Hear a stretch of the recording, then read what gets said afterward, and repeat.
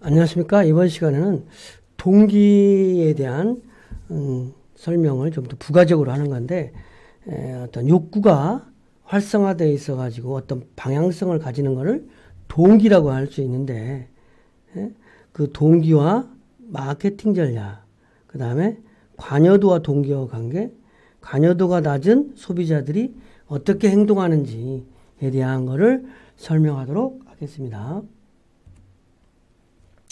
동기를 소비자들이 상품을 사는데 어떤 욕구가 있어서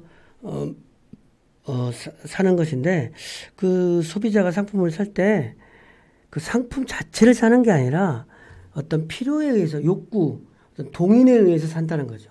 그래서 소비자가 상품을 의사결정을 할 때 그 욕구를 충족하려고 사는 거니까 그 욕구를 확인하는 것이 대단히 중요하다. 이런 부분이겠죠.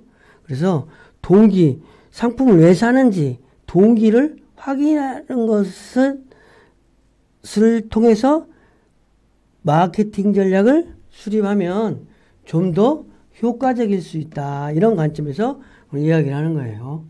그래서 그 동기는 명시적인 동기와 잠재적인, 명시적인 동기는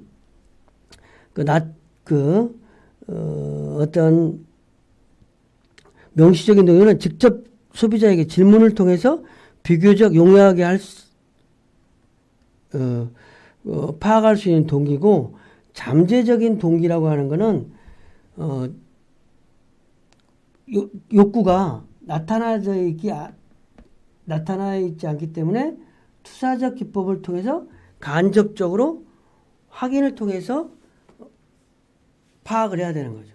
그래서 명시적 동기는 실질적으로 나타나 있는, 보여지는, 저 사람은 배고프다. 저 사람은 귀속적인 욕구가 있다. 이렇게 나타나져 있는 게 명시적 동기고, 잠재적 동기는 저 사람이 어떠한 욕구를 가지고 있는지를 모르는 거를 캐치해내는 방법이라는 거죠.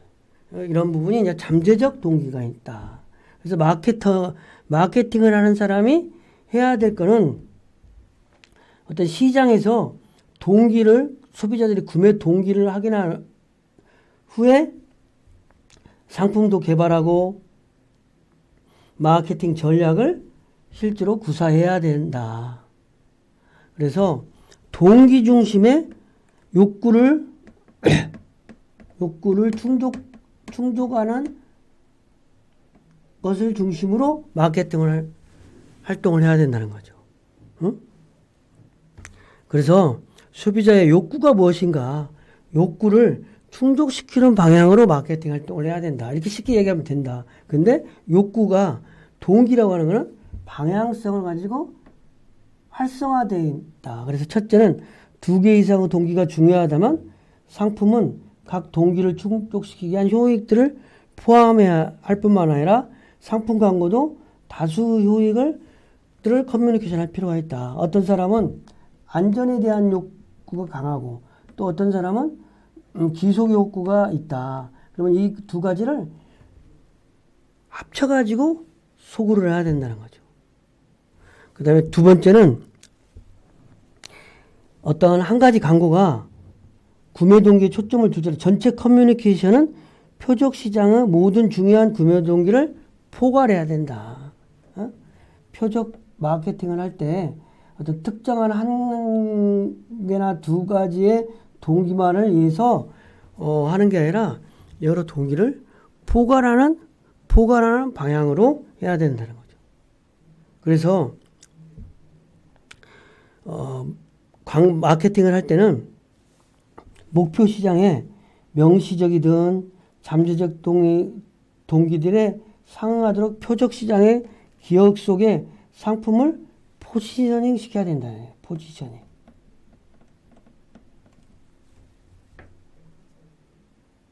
그래서 동기가 또 갈등을, 내적인 동기가 여러 가지 동기가 있는데, 동기가 갈등을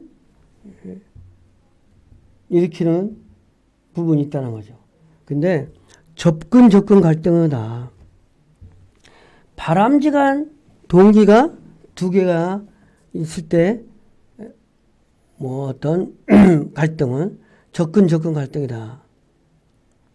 두 가지 대안이 있어요. 두 가지 대안.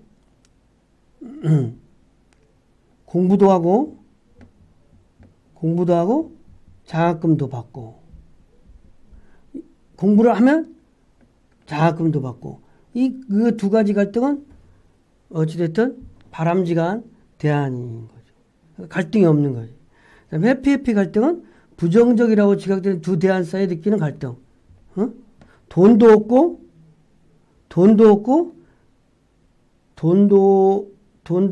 뭐 여러 가지 건강에도 안 좋은데, 자동차를 사야 되는데 돈도 없고 건강에도 안 좋으니까 건강을 해서 걸어 다닌다. 그런 부분의 갈등, 이런 부분. 그다음에 접근 회피 갈등은 긍정 부정적인 면을 모두 갖고 있는 하나의 대안에 대해 소비자가 느끼는 갈등이다. 긍정적인 측면과 부정적인 측면을 가지고 있을 때의 갈등. 이거를 어쨌든 접근과 회피의 갈등이라고 하는 것이다. 이제 그래서 사전에 이제 관여도에 대해서 다시 한번 얘기를 하는데, 관여도라고 하는 건 뭐냐?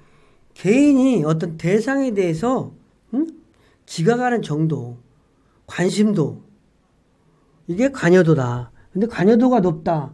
어떤 대상에 대해서 중요하게 생각한다. 그러면 관여도가 높은 거다. 중요하게 생각하지 않는다. 그러면 관여도가 낮은 거다.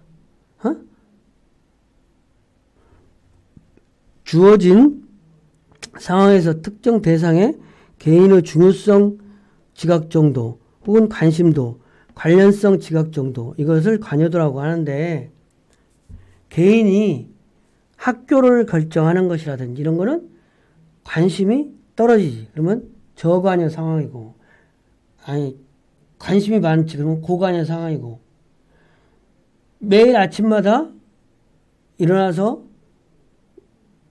아메리카노 커피 구매하는 거는 그렇게 중요한 게 아니면 저관여 상황이다. 이런 거. 그래서 관여도라고 하는 거는 어떤 상황에서 개인이 중요성의 지각 정도, 관심도, 관련성 지각 정도인데, 이게 높으면 고관여, 이게 낮으면 저관여. 그래서 주어진 정리를 하면, 주어진 상에서 특정 대상에 대해서 개인의 중요성의 지각 정도나 관심도, 관련성 지각 정도를 관여도라고 한다. 그래서 이 관여도가 높은 상황을 고관여 상황, 관여도가 낮은 상황을 저관여 상황, 상황으로는 그렇다. 그래서 관여도에 따라서 어떤 대상의 관여도가 어떠냐에 따라서 우리가 행동이 달라지는 거지. 소비를 하는 행동이라든지 어떤 의사결정하는 행동이 다 마찬가지겠죠. 소비도 어떤 특정 대상을 소비하는데 중요한 소비다. 그러면 관여도가 높은 상황이고, 중요하지 않다. 그럼 관여도가 낮은 상황이다. 근데 관여도는 모든 것이 어떤 특정한 아이템이 그게 관여도가 높다, 낮다 이런 게 아니라 이 개인의 특성에 따라서도 달라지는 거죠. 나에게는 옷 사는 게 되게 중요한 일일 수 있지만 어떤 사람에게는 옷 사는 건 되게 사소한 일일 수도 있다라는 거죠. 그죠? 그런 부분에 따라서 관여도는 또 달라지는 거죠. 뭐 관여도 특성은 뭐냐? 상품 개인적 관련성에 영향을 미치는 소비자의 가치와 자아 이미지에 관련된 건데, 관여도의 수준은 어떤 상품이냐, 또 소비자에 따라서, 또 상황에 따라서 급박하게 의사결정을 해야 되는 상황이냐, 급박하게 시간이 많냐, 또 관여도는 동기와 한기 수준과 관련됐다. 동기가 생각날 때, 동기가 한기 수준이 어떻게, 내가 쓰던 상품이 안 좋았을 때의 환기와 내가 평생에 갖고자 하는 지속의 욕구, 자아 실현 욕구를 실현하게 상대냐에 따라서 관여도는 달라지더라는 거죠. 그래서 관여도의 수준을 보면 고관여와 저관여로 나는데 관여도의 수준은 고관여 상황이다. 그러면 중요한 문제, 어떤 개인이 특정 상황에서 지각하는 정도가 중요한 상황, 고관여 상황. 거기 별로 중요하지 않은 상황이 저관여 상황이다. 고관여 상황은 중요한 상황이다. 이럴 때는 소비자들이라든지 능동적으로 정보를 탐색하는 거예요. 고관여. 내가 대학을 가야 되는 상황이라든지 능동적으로 대학에 대해서 정보를 수집하는 거지. 그 다음에 정보를 탐색하는 것도 능동적으로 탐색하지만 정보 탐색을 해서 판단을 하려고 할 때 그 속성 정보라든지 이런 걸 신중하게 평가를 한다는 거죠. 그 다음에 그 평가대에 의해서 구체적인 상표에 관한 태도를 형성하는 거예요. 내가 피아노를 사더라도 나는 영창 피아노를 꼭 사야 되겠다. 뭐 이런 것처럼 구체적인 상표에 대해서 신념을 가지는 행동. 이런 것들이 고관여 상황이다. 저관여 상황은 별로 관심이 없는 상황, 사소한 일, 중요하지 않은 상황, 중요하지 않은 대상, 이러한 사람, 이거는 수동적으로 수용하는 거지. 수동적으로. 그 다음에 상표 인지나 이해 수준이 낮아. 그 다음에 정보로부터 상표들에 대한 명확한 태도를 개발하지 않는 경향을 가진다. 그래서 고관여, 저관여로 나눌 수 있다. 관여도의 수준은. 그래서 관여도의 수준이 저관여도 상황, 고관여 상황, 고관여, 저관여 어떤 대상이 이렇게 있는데 이게 딱 정해져 있는 게 아니다. 딱 정해져 있는 게 아니고 소비자의 특성에 따라서, 상품 특성에 따라서, 상황적 특성에 따라서 관여도가 달라진다는 거죠. 소비자 특성이 소비자의 가치 체계,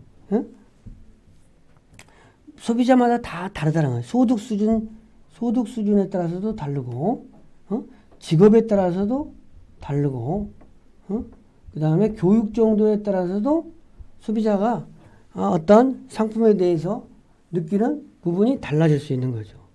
그 다음에 이미지에 따라서 또 소비자가 과거 어떤 경험을 했는 소비자이냐에 따라서 어떤 상품을 대하는 관여도가 달라질 수 있는 거죠. 그 다음에 또 상품 자체의 특성에 의해서 관여도가 달라지는 거죠. 대부분 이제 고가의 상품은 고관여 상품일 확률이 낮고 저가의 상품은 저관여 확률일 경우가 많이 있는데, 어찌됐든 상품 특성에 따라서 관여도 수준이 달라진다. 그 다음에 상황적 특성, 구매를 해야 되는 상황, 그 다음에 사용하는 상황, 사회적 상황, 이런 것들에 의해서 관여도가 달라질 수 있는 거죠. 관여도가 달라질 수 있는 상황에 따라서. 그래서 소비자의 특성, 상품 특성, 상황적 특성에 따라서 관여도는 달라질 수 있다는 거죠. 관여도 수준에 따라서 소비자가 행동이 달라지는 거죠. 그러니까 어떤 소비자가 고관여 계층이 있다, 저관여 계층이 있다. 그러면 어떤 의사결정을 할 때 똑같은 상품을 사더라도 고관여 계층은 행동이 다르고 저관여 계층도 행동이 다르다는 거죠. 그래서 고관여 계층은 인지를, 학습을 통한 신념을 형성한다는 거죠. 그래서 어떤 상표에 대해서 태도가 형성되면 그 긍정적인 태도에 의해서 태도를 근거로 행동으로 표출된다는 거죠. 근데 저관여 계층은 그냥 수동적인 학습을 통한 반복 노출된 텔레비전에 나온 부분, 이런 거에 의해서 내가 잘 아는 브랜드니까 상품을 구매하는 이런 부분으로 갈 수 있는. 그래서 똑같은 상품을 구매하더라도 소비자의 계층에 따라서 다르게 의사결정을 한다는 거죠. 고관여 계층은 학습을 통해서 정확하게 태도 형성이 된 다음에 또 의사결정을 한다. 이런 부분이라면 저관여 계층은 노출된 거에 의해서 친숙도를 기반으로 해서 바로 의사결정을 하는 부분이 되겠죠. 그래서 관여도에 따라서 마케팅 전략을 수립하는 사람은 한 세 가지로 좀 크게 나눠볼 수 있는 거죠. 전략을 수립할 때 관여도 수준 차이를 고려할 것인지 소비자의 관여 수준에 대한 대응하는 전략을 구사할 필요가 있다는 거죠. 그 다음에 저관여 소비자들의 관여도를 높은 수준으로 변화시킨 후 관여도가 높은 여건에 적합한 마케팅 전략을 구사한다. 이 얘기는 무슨 얘기냐? 저관여 소비자들은 친숙도를 통해서 의사결정을 하니까 그런 어떤 친숙도, 기존의 다른 부분의 친숙도를 있는 거를 나의 상표의 친숙도로 높이는 그런 부분으로 변환시킨 후에 의사결정을 할 수 있도록 한다는 거죠. 그리고 소비자들의 고관여 집단과 저관여 집단으로 나누고 각각의 적합한 마케팅 전략을 수립해야 되는 거죠. 소비자가 고관여 계층은 태도 형성에 의해서 구매를 하니까 어떤 그런 방향의 마케팅, 그 다음에 저관여 집단은 친숙도에 의해서 의사결정하니까 반복 노출을 근거로 해서 마케팅을 하는 부분, 이런 부분으로 가면 된다. 관여도가 낮은 소비자들의 어떻게 행동하냐? 관여도가 낮은 소비자들이 어떻게 행동하냐? 첫 번째, 수동적 학습 이론. 이에 의하면 TV 광고가 상표를 해석하는 데는 매우 효과적이면서도 태도 변화는 잘 안 된다. 그렇기 때문에 TV 매체는 관여도가 낮은 사람들에게 친숙하게 하는 행동만 한다는 그런 가설이야. 그래서 저관여 상황에서 소비자는 메시지 정보를 굳이 그 욕구와 신념에 연관시키지 않으며 반복적인 메시지를 무작위로 기억하는 수동적 학습에 참여한다. 그래서 관여도가 낮은 사람들은 주로, 그러니까 고관여 사람들은 어떤 인지 학습을 통해서 태도 형성을 해서 구매를 하는 이런 패턴을 보인다면, 저관여 소비자는 반복 노출에 의해서 친숙도에 의해서 행동을 하니까 이런 행동을 하는데, 이런 사람들은 수동적 학습을 주로 한다라는 거죠.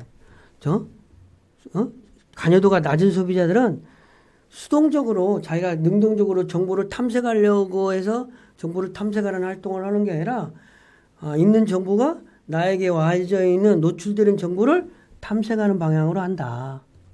그래서 수동적 학습 이론에 있어서 소비자의 시사점은 고관여 관점은 소비자는 목표지향적이고 정보 처리자이다. 소비자는 정보 탐색자이다. 소비자는 구매에 앞서 상표를 평가한다. 그 다음에 집단의 가치와 규범이 상품 구매에 중요하다. 이러한 태도와 신념에 영향을 미친다면, 저관여 관점에 있어서는 소비자는 무작위 정보를 학습한다. 그냥 소비자는 수동적으로 정보 수용자다. 친숙성을 형성하려는 광고는 효과적이다. 이러한 관점이 저관여 관점이라고 할 수 있는 거죠. 매체의 시사점은 이제 수동적 학습 이론에서 관점에서 보면, 전형적인 TV라든지 라디오 4대 매체, 신문 잡지는 비용이 많이 소요되며 정확한 메시지로 일방적이고 온오프라인 매체, 이 4대 매체 이외의 인터넷 매체는 표적 시장에 맞춰 다양한 매체를 소규모로 구사하면서 가성비가 높은 효과를 노리고 개인화된 메시지로 설득력을 높이는 건데, 어찌됐든 관여도가 낮은 여건에서는 그러니까 TV가 효과적이겠지. 친숙도를 높일 수 있는 거. 관여도가 높은 여건에서는 인쇄 매체가 인쇄 매체를 통해서 소비자들이 정보를 획득하는 부분이 어찌됐든 탐색 활동을 통해서 태도를 형성하고 신념을 하는 거니까 그런 부분에 관점을 두면 되겠다. 광고 시사점은 소비자는 수동적 학습이나 수동적이며 관심이 부족한 역에서는 상표 평가가 일어나지 않으므로 소비자는 인지 활동을 필요로 하는 정보 제공적 광고는 비효과적이라는 거죠. 그래서 고관여 소비자, 저관여 소비자를 나눠서 보면 고관여 소비자한테는 명확하고 정보 제공적인 메시지를 주는 게 효과적이라는 거죠. 그러면 정보 제공주의를 주면 인지, 탐색 활동을 통해서 태도 형성을 통해서 행동을 한다는 거죠. 저관여 소비자는 저관여 상황에서는 음악이라든지 인물, 풍경과 같은 광고 요소들에 주목한다. 그래서 상표와 긍정적인 연상을 하기 위해서 인물이라든지 배경에 의존하는 광고를 주로 한다는 거죠. 그러니까 그러니까 내가 광고를 할 때 저관여 소비자와 고관여 소비자를 나누고 저관여 소비자한테는 이런 광고하고 고관여 소비자한테는 이런 광고하고 좀 나눠서 광고할 필요가 있다. 이런 부분이라고 보면 되겠어요. 그다음에 관여도가 낮은 사람은 또 사회적 판단 이론으로 많이 설명을 할 수 있다. 사회적 판단 이론은 뭐냐? 관여도 수준에 따라서 외부 환경으로 제공되는 정보에 대해서 소비자가 찾는 입장을 수용, 거부, 무관심으로 나눌 수 있는데 고관여 소비자는 자기가 생각하는 거에 일치하는 정보를 주로 받으려고 그러고 관여도가 낮은 사람은 많은 정보를 그냥 받으려고 하는 경향이 있다. 그래서 고관여 소비자는 또 동화 효과와 대조 효과를 많이 해요. 왜냐하면 고관여 소비자는 자신의 의견과 일치하는 극히 일부 정보만을 수용하면서 대부분의 정보를 거부하고 관여도가 낮은 사람은 많은 정보를 수용하는데 동화 효과는 뭐냐? 자신이 수용할 수 있는 범위 내에 들어가는 정보를 실제보다 더욱 긍정적인 것으로 해서 이 동화 효과. 고관여의 소비자들이 동화 효과, 대조 효과는 거부하려는 자기가 수용하지 못하면 거부하는데 거부하는 범위에 들어가는 정보는 실제보다 더욱 부정적인 걸로 해석을 해서 대조 효과를 일으킨다는 거죠. 고관여 소비자는 자기 입맛에 맞으면 적극 수용하고 자기 취미와 기호, 자기 과거에 학습된 거하고 다르면 강력하게 거부하니까 이 얘기는 뭐냐? 고관여 소비자는 변경, 이게 어렵다. 이렇게 보여줄 수 있는 거죠. 내가 받아들이는 것만 계속 싫어하는 거는 단호하게 거부. 그러니까 계속 쓰는 것만 쓰는 거죠. 그래서 이거를 고관여 소비자, 저관여 소비자를 한번 보면 고관여 소비자는 선입견과 자신의 의견을 바탕으로 정보를 선택적으로 지각하고 일부 상품만 계속 반복적으로 충성도 높게 쓰는 거지. 그 다음에 광고 메시지에 더 주의하며 이러한 메시지를 현재의 태도, 과거의 경험과 일관되도록 애국하여 해석한다. 받아들일 거는 받아들이고, 안 받아들일 거는 안 받아들이고. 그래서 받아들일 거는 동화 효과, 안 받아들이는 건 대조 효과로. 저관여 소비자는 뭐냐? 정보를 수용할 수 있는 범위가 넓음으로, 그러니까 저관여 소비자는 넓게 받아들여. 많은 상표를 수용할 수 있어요. 자기 의견이 없다는 거지. 그죠? 그래서 여기서 소비자 행동의 시사점은 뭐냐면, 관여도가 높은 관여도 있는 사람은 상표 수용 범위가 좁아. 별로 내가 원하는 것만 몇 개만 갖고 해. 속성 평가는 그 대신 다수야. 어? 내가 원하는 것 갖고 BMW와 벤츠만 고려하는데 거기에 속성 평가는 여러 가지 가격 뭐 여러 가지 요인을 봐. 낮은 관여도는 여러 상표를 막 다 봐. 근데 결국에는 한 가지 연비 하나로 결정한다든지 이런 부분이 이제 사회적 판단으로서 얘기할 수 있는 거죠.